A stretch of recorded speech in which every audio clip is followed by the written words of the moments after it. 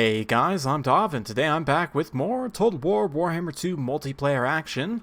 Gorst welcomes you to his Corpse Cart Club and invites you to take part as we evangelize with the Bretonnians a bit here. I'm playing up against Prussian Prince once more, and let's get to it. I've got Gorst here, and as I fully expected him to get sniped, I have taken him with a very minimal kit.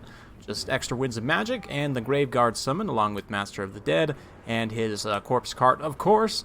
We've got a secondary Corpse Cart, just the regular, no Balefire and Unholy Lodestone on this, just a Necromancer with Raised Dead.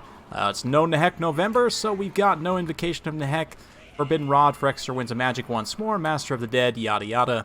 White King leading the Stearnsmen with a proper Unholy Lodestone. We've also got the Black Coach, Frontline of Zombies, some Skeletons, and of course 2 units of Blood Knights with the Hounds here somewhere. They're hidden in the woods, even from myself. Oh, there we go, the Dire Pack.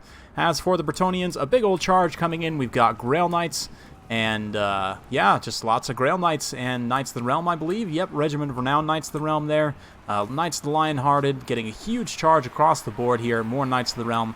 They are just charging into zombies, but at the same time, it's buying some time for those archers to get some work done. And poor Gorst is not long for this world, not with this many archers on the field. We've got 5 peasant archers here, along with a Lore of Life Damsel and Lewin up in the air. So over here, we've got a pitched engagement between Grail Knights and Blood Knights. I'm going to get a rear charge with the Hounds here. I've also popped a Dance Macabre, almost called it Dance Kebab, but that's for the pirates.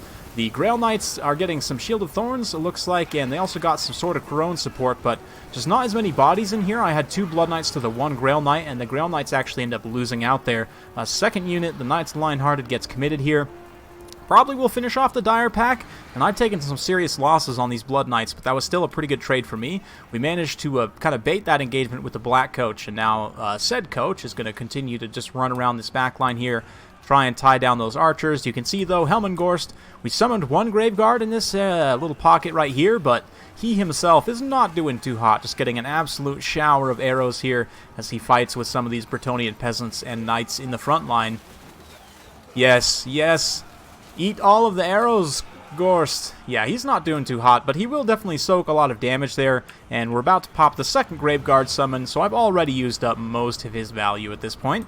We've got the other 2 Corpse Carts kind of just rolling around supporting. Not doing too great right now. The Grail Knights are definitely kind of having their way over on this flank, but this is all pretty much just chaff. It's mostly just skeletons and zombies, so I'm not really too worried that a lot of this gets killed. Meanwhile, in the back line, the Black Coach having some fun with the peasants, riding around in the forest here, you know, off to Grandma's house to give her some cookies.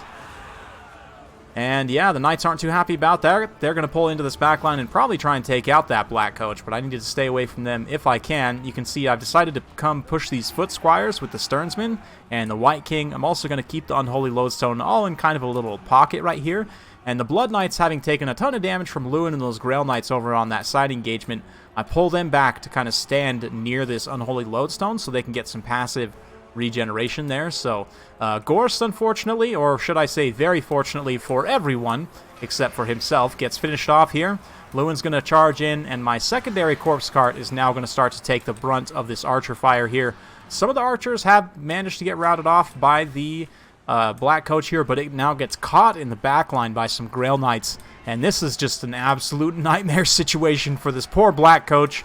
Brought no candy for all of these kids in their trick-or-treat costumes, and yeah, Halloween's over, guys. It's time to bust up this Black Coach, right? So, anyway, yeah, you can see the men-at-arms getting routed off a bit here. Some of them still hanging around, but many of them have routed off, now coming in for kind of a second wave, but we've managed to get close enough to these peasant bowmen that we're going to start just summoning zombies, or just keep summoning zombies, I should say. Been spamming that zombie summon with old Necromancer here as much as I can, and the Blood Knights are both relatively healthy as well. Corpse Cart with the Unholy Lodestones looking good. White King as well, and the Stearnsmen also almost completely healthy, so my Blood Knights charge in to get Lewin a bit there, and then I try and pull back to the support of these skeletons. You can see the Grail Knights kind of get screened out on some skeletons and Graveguard and so on. I'm able to then pull my Blood Knights back to get this support of this corpse cart here.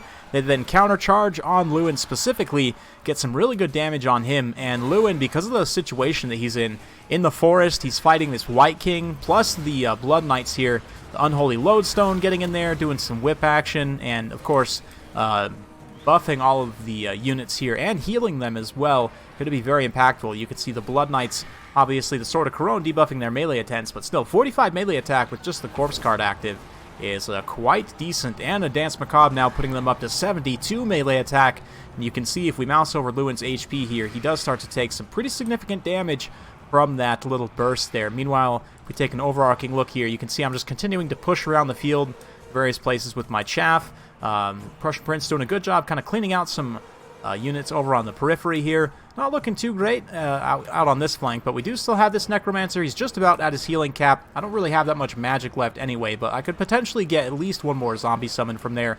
And the summoned zombies just so good against Bretonnia because of the leadership effects. They really just... of course, the Graveguard mixed in will obviously win, but even just the zombies, because they cause fear, and, you know, they are okay enough to get hits against peasants, because peasants are so terrible, they actually trade really well in this matchup. And, yeah, White King also fighting in here. The Sternsmen are taking some damage, but still tanking it out quite a bit. Almost 84 unit models still online here, and they are just absolute beasts when it comes to taking damage. Yeah, up to 50 melee defense with that Vigor Mortis, and the 90 armor as well makes them a very, very tough unit for Bretonnia to take down. Not to mention they have double regeneration effects from their innate regeneration plus the Unholy Lodestone, so definitely a really strong little blob presence here, especially fighting in the forests. While it's not good for the Blood Knights, it's also equally bad for the Grail Knights and for Lewin himself, who has not been able to extricate himself from this situation. So Lewin getting worn down here is really, really bad. At the same time, the Damsel is able to stay alive, stay relatively healthy, and Prussian Prince doing a good job trying to cycle charge with these Grail Knights and rear charge, but I get one more unit of zombies here to kind of bog that charge up a little bit, keep some of these Grail Knights pinned in as well. I mean, granted, the zombies almost immediately start crumbling, but even still, you know, just having the bodies there to soak the hits, you can see the Grail Knights are doing attacks against the zombies here rather than doing attacks on my Blood Knights, for example, right? So that's why soaking in extra bodies like this can be helpful. It's not always good to blob up. In fact, I would say a lot of the time it's not good to blob up, but in a situation like this, especially with units of different sizes kind of layered on top of each other, you'll see this most often with like monstrous infantry, for example, like Croxagors on tops of Skinks. But in a situation like this, it equally can be valid to just use the zombies here to soak those extra hits, even if they do just get absolutely pummeled. I mean, that's kind of their job, right? So yeah, the Necromancer up to his healing cap. White King also helping to support leadership here. The Blood Knights are getting very low, but again, that Vigor Mortis, that little bit of extra melee defense, that little bit of healing, just helps them sustain in a big grindy blob fight like this. You can see the balance of power very, very quickly turning against Bretonnia as the vampire counts try and take things home here. Some poor peasant archers get a little bit too close here, and oh man, just skewers like 3 or 4 of them on one charge there. Absolutely beautiful.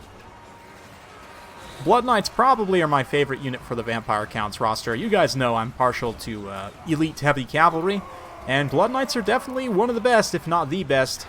This is a good reason why. That passive healing, the buffs and everything, especially like the Unholy Lodestone is a great example, but just that, yeah, that passive healing with the Blood Knights, extra stats and everything. It's super strong healing models.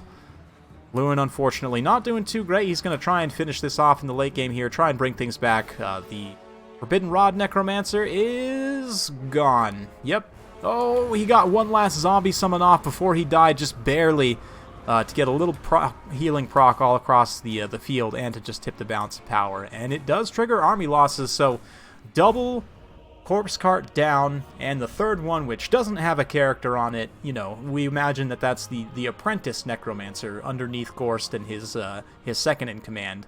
This guy right here, you know, he's getting promoted to be a hero level necromancer after this battle, considering he's the one corpse cart that survived, right? But very fun stuff. Well played to Prussian Prince there. Yeah, in terms of the builds, did a great job. I personally, and we were talking in chat after the game, I told him I'm not the biggest fan of this many peasant bowmen, just because it can be really tough to protect infantry skirmishers against vampire counts. because of the summons they have, the disruption tools like the Black Coach even. It can be very tough to protect, especially this many archers, or, you know, infantry skirmishers in general. So my advice to him was to kind of retool things a little bit. Maybe take like one fire arrow, one pox arrow, and change these other guys out for either like a cav. You could maybe get some mounted yeoman archers, so they at least have the speed to run away if things go south. You know, there's a few different things that you could kind of do there with those extra funds. Maybe grab even like some Knights Errant, just to charge out zombies and chaff, help clean up the field a little bit.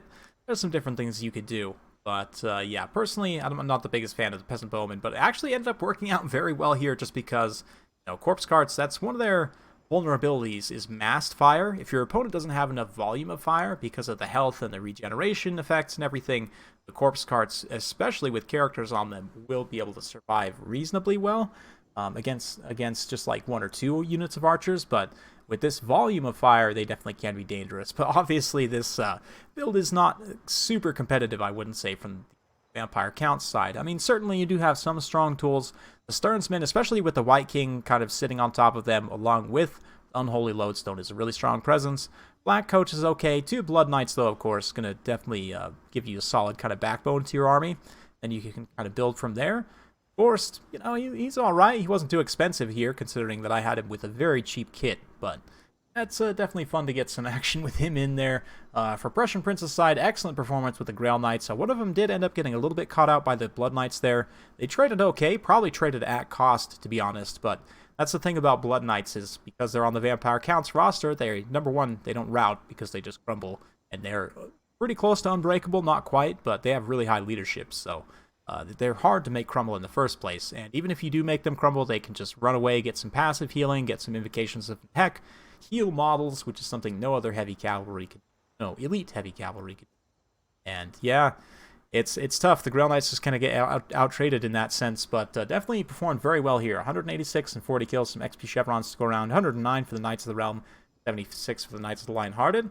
The Knights definitely did their part, and the Peasants did okay. I mean, 74 kills on Men-at-Arms is not bad. But yeah, I think just over-investing a little bit too much there. And the Archers was ultimately a mistake. But a very fun battle. Hopefully you guys enjoyed watching. If you do like this sort of content, be sure to like, subscribe, hit that bell notification button, so every time I upload a new video, you'll be notified. Thanks again for watching, and we'll see you next time.